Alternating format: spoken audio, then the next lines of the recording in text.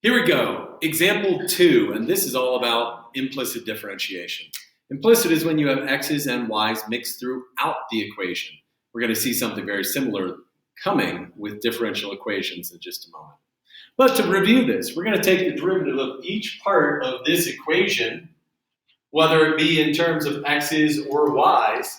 The only thing you need to remember is when you take the derivative of y squared, make sure you multiply by that derivative of y itself. When you take the derivative of the natural log of anything, you're going to, of course, take the reciprocal, but then take the derivative of that part.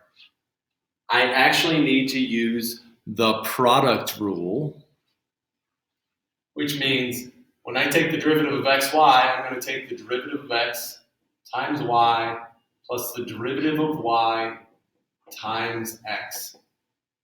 This one's easy. The derivative of 2 is 0.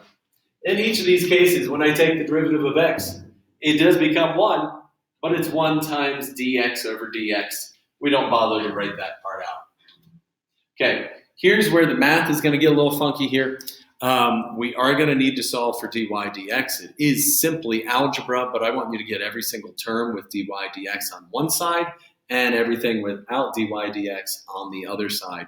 To do that, the first thing I'm going to do is I'm going to distribute this to each term in the parentheses. So, I still have 2y dy dx plus y over xy plus x over xy dy dx, and that equals 0. Moving each of the terms that have dy dx onto one side, well, I guess that's this side, on the left, it seems easy to keep it there. I am going to take this x divided by x, but you know what, why not? Let's just divide that out. But I'm going to move this other term over to the other side by subtracting it over. I might even divide out the y's that are there. Yes, that is right, folks. Y divided by y is equal to 1, and x divided by x is equal to 1. Then we get down to the last couple steps here. I'm going to factor out dy over dx.